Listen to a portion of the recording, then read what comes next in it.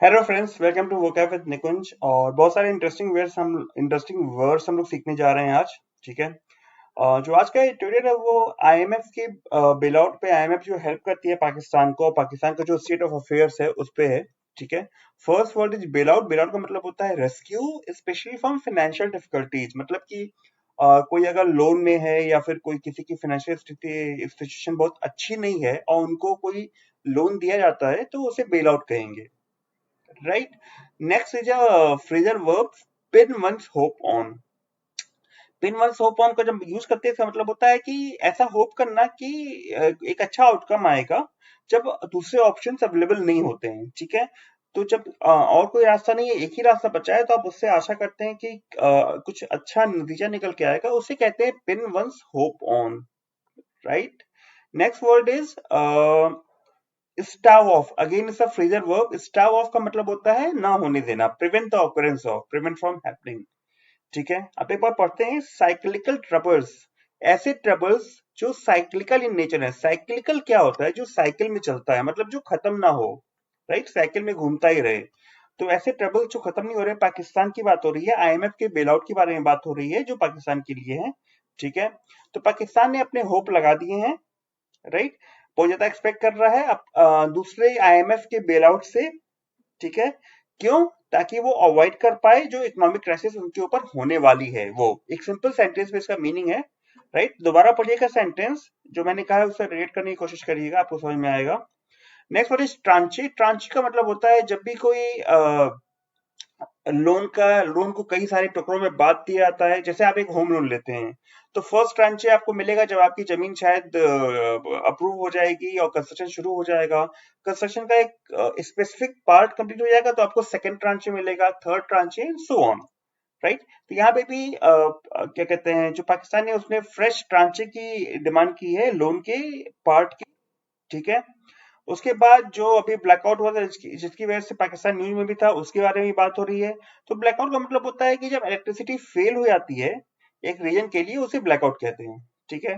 तो कह रहे हैं इकोनॉमिक क्राइसिस जो है वो डीपेंड हो रही है। पावर ब्लैकआउट्स अभी भी होते हैं, अर्बन एरियाज में भी होते हैं, मतलब केवल गांव में नहीं, शहरों में भी होते हैं। इन्फ्लेशन जो है वो 27.5% हो चुकी है जनवरी में। ठीक है। पाकिस्तानी रुपये जो है वो 270 रुपए के डॉलर वाले पर डॉलर के रेट पे आ गया है। और फॉरेक्स रिजर्व्स जो है वो 30 बिलियन डॉलर से नीचे हो गए हैं। ठीक है, जो कि बहुत अच्छी चीज नहीं है। और ये फरवरी 2014 से अब तक के सबसे नीचे वाले उस पे है, लेवल पे है। जो कि क्या कर रहा है, ये जो फॉरेक्स रिजर्व कम हो जाता है तो एक बैलेंस ऑफ पेमेंट की क्राइसिस की सिचुएशन आ जाती है। बैलेंस ऑफ पेमेंट क्या होता है? देखिए, किसी भी देश में इंपोर्ट का भी काम होता है, एक्सपोर्ट का भी काम होता है। और इंपोर्ट करते हैं तो आप पैसे देते हैं, एक्सपोर्ट करते हैं तो आप पैसे लेते हैं। ठीक है। तो जब बैलेंस ऑफ पेमेंट तब नेगेटिव होता है जब आपको पैसे देने, नेट जो इफेक्ट होता है वो आपको पैसे देने पड़ते हैं। तो अगर फॉरेन रिजर्व नहीं बचेगा तो वो क्या देंगे? राइट, नहीं दे पाएंगे। इसलिए क्राइसिस की बात हो रही है, बैलेंस ऑफ पेमेंट क्राइसिस की। Effect of last years debilitating floods. कौन से flood? Debilitating floods. Right. Debilitating मतलब कि जो देश की जो स्ट्रेंथ है, वाइटलिटी है, उसको एकदम इम्पेयर करते हैं, मतलब बिगाड़ दें। ठीक है। तो इन फ्लड्स ने क्या किया? देश की जो स्ट्रेंथ थी उसको खराब कर दिया। और जो बाढ़ आई थी पिछले साल, ठीक है, वो अभी भी continues to weigh on the economy with thousands still homeless. अभी भी वे ऑन कर रही है। वे on is again a phrasal verb. इसका मतलब होता है बी ऑप्रेसिंग और डिसहार्टनिंग टू। ठीक है। अभी भी उसके इफेक्ट्स महसूस किए जा सकते हैं क्योंकि बहुत सारे लोग अभी भी होमलेस हैं। ठीक है, ये समझ में आ गया, वे on. Right. Perilous. Perilous state होता है इकोनॉमी। ऐसी इकोनॉमी है जो पेरिलस है, डेंजरस है। क्यों? क्योंकि फॉरेन रिजर्व कम है, सारी नेगेटिव चीजें हमने मेंशन कर दी ऊपर, इसलिए ये जो इकोनॉमी है वो पेरिलस हो गई है। ये एक्सप्लेन करती है डेस्परेशन को। कौन सा डेस्परेशन? डेस्परेशन मतलब कि क्या बोलेंगे डेस्परेशन को, कि बिल्कुल चाहत कहेंगे या फिर, एक मिनट, डेस्परेशन का मतलब होता है ऑल होप इज लॉस्ट और एब्सेंट। रेकलेसनेस मतलब बिल्कुल उत्सुकता से, बिल्कुल डेस्परेट हो गए कि अब हमें अगला आईएमएफ का बेल आउट पैकेज चाहिए ही चाहिए।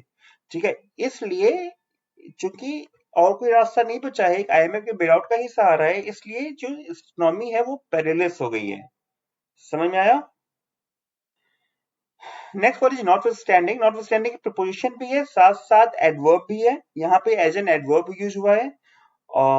और ये कह रहे हैं कि जो कोविड 19 पैंडेमिक का इफेक्ट है और उनके साथ साथ फ्लड्स का भी जो इफेक्ट है, तो साइक्लिकल नेचर जो इकोनॉमिक इश्यूज की है और कंट्री का जो रिलायंस है आईएमएफ पैकेजेस पे, ये सारी चीजें जो हैं एक साथ मिलके क्या पॉइंट करती हैं, गवर्नेंस के फेलियर की तरफ पॉइंट आउट करती हैं। ठीक है,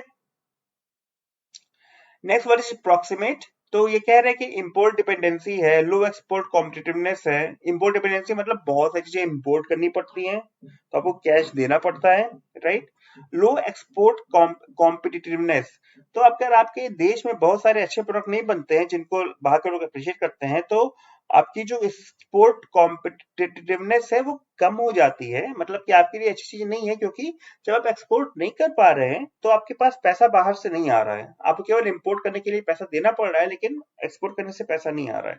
ठीक है, तो ये सारी बातें जो हैं ये प्रॉक्सिमेट रीजन्स हैं। कौन से रीजन है? प्रॉक्सिमेट रीजन है, मतलब कि नियरेस्ट इन टाइम ऑर्डर।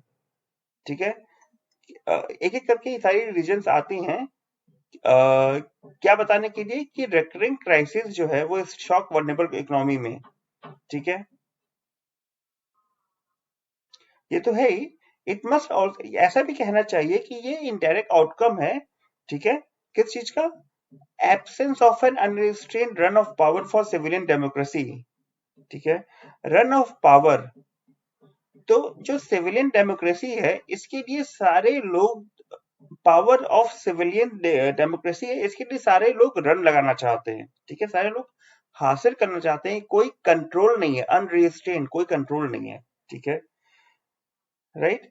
तो ये कहना चाह रहे हैं कि मिलिट्री हैज अ प्रीपोंडेरेंट रोल। प्रीपोंडेरेंट क्या होता है? जिसके पास सुपीरियर पावर और इन्फ्लुएंस हो, तो मिलिट्री का रूल यहाँ पे चलता है, ये सबको मालूम है, भले ही डेमोक्रेसी दिखाने के लिए हो। ठीक है, तो तो ये सारी चीजें जो है गवर्नमेंट के फेलियर की तरफ इशारा करती हैं, और ये सारी बातें कही गई हैं यहाँ पे। ठीक है, next word is medal. Medal का मतलब होता है दूसरों के काम में दखलंदाजी करना। तो इलेक्शंस ड्यू हैं इस साल, ठीक है, लेकिन जो की पॉलिटिकल पार्टीज है और मिलिट्री है उनके बीच में बहुत कम ही विश्वास बचा हुआ है। ठीक है, और मिलिट्री जो सीख करना चाह रही है, मिलिट्री बीच में टांग आना चाह रही है पॉलिटिकल प्रोसेस में, जो जो लग रही है कैसी चीजें होंगी, बहुत अच्छी नहीं लग रही है इस देश के लिए। फोरबोट का मतलब होता है मेक अ प्रेडिक्शन। ठीक है, इसको फोरबिट से कंफ्यूज मत होइएगा। फॉरबिट का मतलब होता है मना करना, या फिर बिल्कुल ही जो चीजें बिल्कुल ही मना हो, राइट, उसके लिए फॉरबिट यूज करते हैं। यहाँ पे ये कहना चाह रहे हैं कि चीजें, सिनेरियो दिख रहा है वो बहुत अच्छा ही दिख रहा है इस देश के लिए। And the last word is bleak. तो कह रहे हैं ऐसा होने के लिए मिलिट्री स्टैब्लिशमेंट को एक बैक सीट लेना पड़ेगा। ठीक है, और a believe prospect in the medium term. पूरा सेंटेंस पढ़ते हैं, पहले वाला भी तो समझ में आएगा। Unless the government governance structure refocus tendency to addressing long term structural weakness in the economy.